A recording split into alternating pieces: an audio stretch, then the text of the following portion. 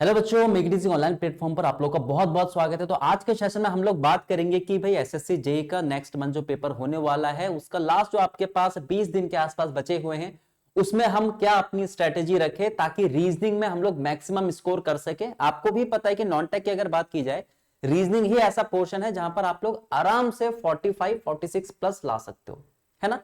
लेकिन ऑब्वियस सी बात है, अगर आपको इतने सारे मार्क्स लाने हैं तो आपको टारगेट करना पड़ेगा ना, आपको पता करना पड़ेगा कि किन चैप्टर से कितने कितने क्वेश्चन आते हैं। और अगर आपके पास जो भी चैप्टर हैं उसमें भाई ऐसा तो है नहीं कि सिर्फ एक ही टाइप के क्वेश्चन है, अलग अलग टाइप के क्वेश्चन उसमें रहते हैं ना, अलग अलग टॉपिक्स उसमें रहते हैं। तो हमें यह भी पता होना चाहिए कि अगर हम स्कोर करना चाहते हैं तो हर एक चैप्टर के किस किस टॉपिक से ज्यादा क्वेश्चन आते हैं। तो उसकी कोई दिक्कत लेने की जरूरत नहीं है, पूरा एनालिसिस मैं आप लोग के सामने लेकर आया हूं। सबसे पहले हम लोग बात करेंगे कि अभी तक जो ट्रेंड रहा है ना, 2022, 23, 24 में जो आपके पास पेपर हुआ था एसएससी जेईई का, उसमें किस चैप्टर से कितने कितने क्वेश्चन आए थे, क्योंकि वो देखकर हमें कहीं ना कहीं पता चलेगा कि कौन सा चैप्टर कितना इंपॉर्टेंट है ना, कहां पर हमें ज्यादा फोकस करने की जरूरत है। क्योंकि देखो ऐसा है ना कि अब टाइम आ चुका है, चीजें आपके सारी के सारे कवर है, हर एक सब्जेक्ट हर एक चैप्टर आप लोगों ने पढ़ा हुआ है, लेकिन अब टाइम है कि जो आपके मेन चैप्टर हैं, जो ज्यादा इंपॉर्टेंट चैप्टर हैं, उन पर ज्यादा फोकस किया जाए, है ना।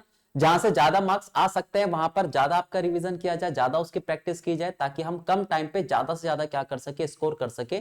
लालच हमें दिखाना नहीं है कि रीजनिंग के 50 में से 50 लाना है तो आपने एक्स्ट्रा टाइम लगा दिया। हमें मिनिमम टाइम पर मैक्सिमम स्कोर करना है, किसी दूसरे सब्जेक्ट का टाइम हम लोगों ने नहीं खाना। तो इसके लिए थोड़ी सी प्रैक्टिस करनी पड़ेगी, थोड़ा सा एनालिसिस करना पड़ेगा कि किस चैप्टर पर ज्यादा हमें फोकस करने की जरूरत है, किस चैप्टर से किस टाइप के क्वेश्चन आते हैं, कौन से टॉपिक से क्वेश्चन आते हैं। तो चलिए फटाफट से स्टार्ट करते हैं। जो छोटा सा एनालिसिस मैंने आप लोग के लिए लाया है, उससे हेल्प आप लोगों को मिलेगी और आपकी जो भी प्रिपरेशन चल रही है उसको आप क्या कर सकते हो, एक अलग तरीके से और उसको रिन्यू कर सकते हैं। ठीक है, तो स्टार्ट करते हैं बिना किसी देरी के। लेकिन सबसे पहले देखते हैं कि ट्रेंड क्या रहा है ना। 2000 अगर हम 22 की बात करें, 23 की बात करें, 24 की बात करें, तो कौन से चैप्टर ज्यादा इंपॉर्टेंट थे, क्या क्या उसने नया इंक्लूड करा है। तो सबसे पहले अगर हम देखें एनालॉजी की अगर बात करी जाए, तो 2022 में देखो, 23 में देखो, 24 में देखो, तो लगभग लगभग आपके पास सेम ही क्वेश्चन वो पूछ रहा है।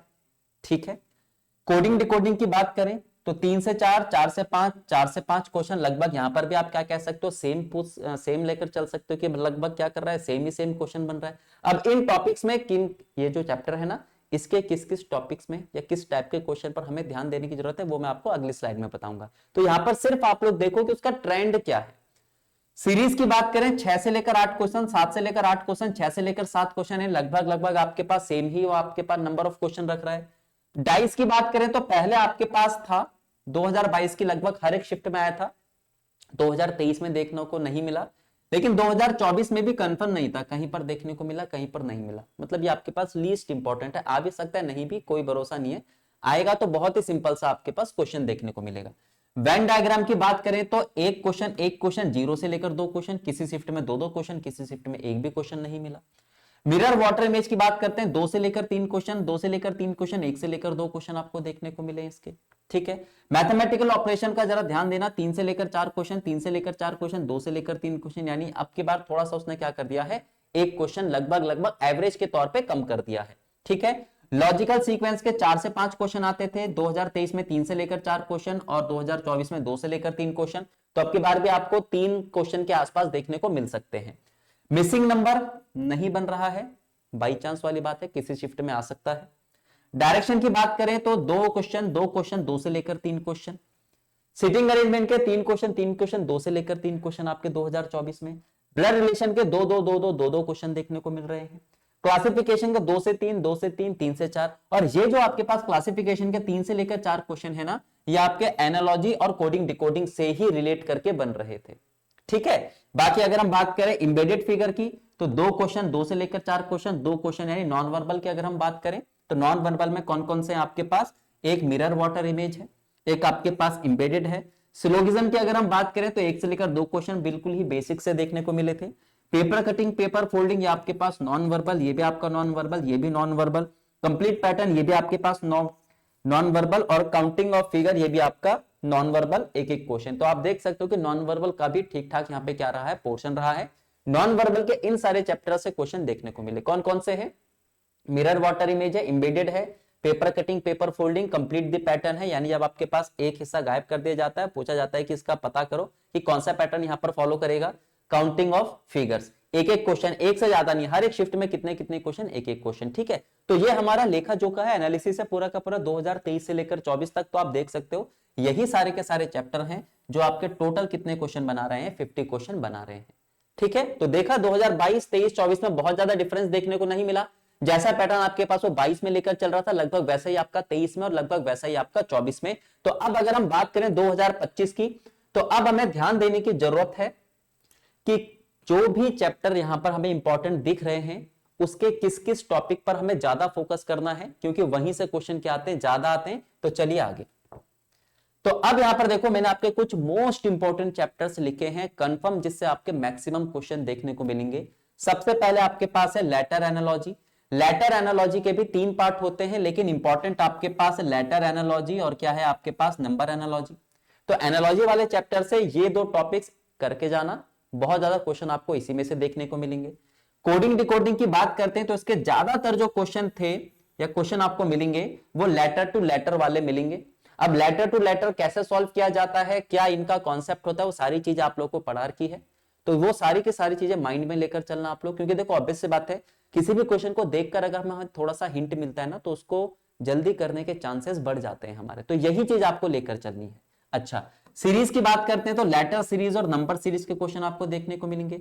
लॉजिकल सीक्वेंस की बात करेंगे तो 2 से लेकर 3 क्वेश्चन आपको मिल सकते हैं। अब वो कौन कौन से, डिक्शनरी, जैसे बोला जाता है 5-6 वर्ड दे दिए जाते हैं और बोला जाता है कि इसको अरेंज करो डिक्शनरी में, किस तरीके से रखेंगे। और एक आपके पास वर्ड है ना, जैसे 4-5 वर्ड आपको दे देगा और बोलेगा कि भाई किसी तरीके से इनमें कोई पैटर्न चलेगा, और पैटर्न लगा वो कुछ भी कैसा भी हो सकता है, बड़े से छोटा हो सकता है, छोटे से बड़ा हो सकता है, नए से पुराना हो सकता है, पुराना से नए हो सकता है ना। ये सारे का सारा आपके पास वर्ड लॉजिकल सीक्वेंस में आ जाएंगे। सिटिंग अरेंजमेंट की बात करें तो आप ये लेकर चलिए कि लगभग 3 क्वेश्चन आपको देखने को मिलेंगे। वो पजल से हो सकता है, पजल का मतलब घबराना नहीं, बिल्कुल ही बेसिक सी पजल वो आपका देगा। ऑर्डर वाला हो सकता है, जैसे आपके पास कि वो छोटा है वो बड़ा है ना, वो जो डब्बा है उसके ऊपर रखा है, दूसरा डब्बा उसके नीचे रखा है, इस टाइप से। और बाकी आपके पास सर्कुलर अरेंजमेंट, यानी 6 जने हैं, 7 जने हैं, 8 जने हैं, उनको हमको बैठाना है। ज्यादातर क्वेश्चन जो आपके पास है वो 6 पर्सन वाला आएगा कि 6 पर्सन को आपने क्या करना है, सर्कुलर मोशन में बैठाना है, ठीक है। ब्लड रिलेशन की बात करते हैं तो इसमें ध्यान रखना 2 क्वेश्चन आपको देखने को मिलेंगे। एक आपके पास कोडेड वाला देखने को मिलेगा, जिसमें बोला जाता है जैसे A+B का मतलब है A जो है वो B का पिता है, B-C का मतलब है B is son of C। इस तरीके से क्वेश्चन देखने को मिलेंगे। प्लस आपके इनडायरेक्ट मतलब आपका जो लॉजिक का जहां पर लैंग्वेज यूज की जाती है, जैसे कि एक तस्वीर की तरफ इशारा करते हुए उसने बोला कि वो मेरे भाई के बेटे के लड़के का क्या है, सास है या ससुर है, इस टाइप से कुछ भी आपके पास वो दे सकता है, लैंग्वेज बेस यानी इनडायरेक्ट वाले। नॉन वर्बल की बात करें तो मोस्ट इंपॉर्टेंट इसमें आपके पास क्या है, मिरर इमेज। इसके लगभग आपके कंफर्म 2 से लेकर 3 क्वेश्चन देखने को मिलेंगे। लेकिन देखो ऐसे नहीं कि सिर्फ इन्हीं चैप्टर में से आएगा, और भी अदर चैप्टर्स हैं, लेकिन मैंने कहा है कि ये आपके पास मोस्ट इंपॉर्टेंट चैप्टर्स हैं जहां से ज्यादा क्वेश्चन आपको देखने को मिलेंगे, ठीक है। यानी आप ये लेकर चलिए, यहीं से आपके पास 30 से लेकर 35 क्वेश्चन देखने को मिल जाएंगे, ठीक है। मैथमेटिकल ऑपरेशन की अगर हम बात करते हैं, ये भी मोस्ट इंपॉर्टेंट है। इसमें कौन सा जो टॉपिक है वो मोस्ट इंपॉर्टेंट है, वो है मिसिंग साइन वाला, जहां पर आपके पास नंबर से दे रखे होते हैं, उनके बीच में साइन गायब कर दिया जाता है और बोला जाता है कि भाई इनके बीच में साइन रखो ताकि इक्वेशन क्या हो जाए, सेटिस्फाई। या तो इस टाइप का क्वेश्चन बनेगा, या फिर वो बोलेगा कि प्लस को डिवाइड से क्या कर दिया जाता है, रिप्लेस किया जाता है, माइनस को मल्टीप्लाई से रिप्लेस कर दिया जाता है। अब बताओ इसका आंसर क्या होगा। इस टाइप का आपके पास मोस्ट इंपॉर्टेंट पार्ट है किसका, मैथमेटिकल ऑपरेशन का।